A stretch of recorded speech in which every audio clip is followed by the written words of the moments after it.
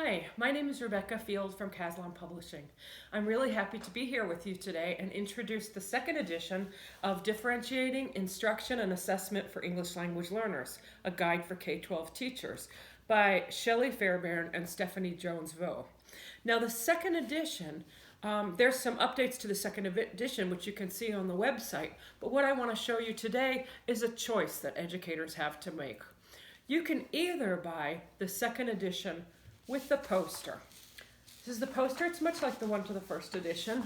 And it has 5 English language development levels, descriptors, student descriptors in reading, writing, listening, and speaking for level 1, level 2, level 3, level 4, level 5, and then assignment and assessment strategies that correspond to these levels, as well as instructional strategies.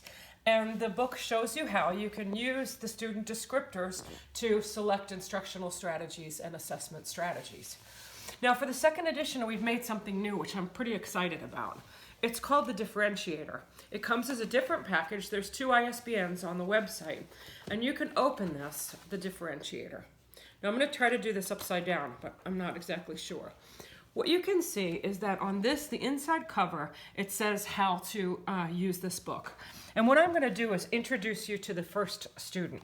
And that student is Jorge. Jorge is a 15-year-old student who was born in Guatemala and speaks Mam and some Spanish. Jorge has been living in your state for 2 years with his aunt and her 2 children. Jorge completed 3rd grade in Guatemala and he struggles with literacy in Spanish and English. Jorge was placed in 6th grade when he arrived and is now in 7th grade. His ELP levels, as measured by state ELP tests, are listening 4, speaking 3, reading 2, writing 1, and his composite ELP score is 3.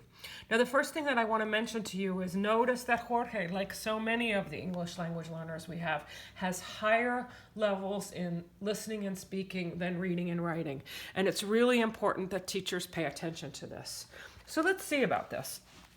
Jorge is level 4 listening. So here you can see listening, speaking, reading, writing. I'm going to go to level 4 listening. So level 1, 2, 3, 4.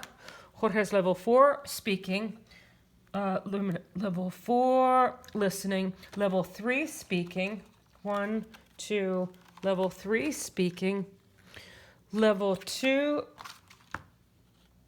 reading, and level 1 writing. So now I can see at a glance what Jorge can do in each of the different language domains. So if I'm focusing on a writing activity, I need to be looking at the domain of writing.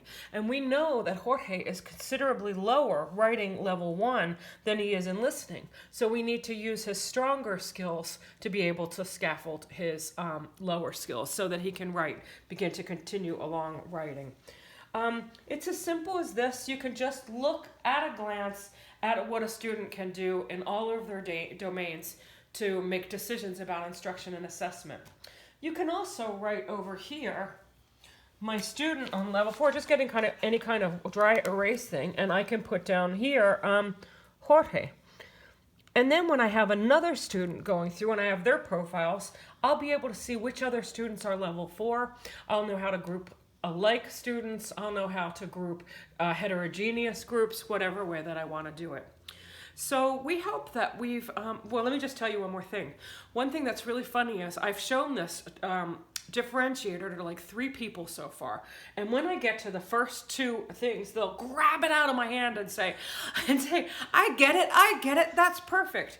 So I'm hoping that when you see the differentiator, you'll feel the same way and it'll make your job and your colleagues' jobs differentiating for English language learners all that much easier. Thank you very much, and let us know if you have any questions or comments.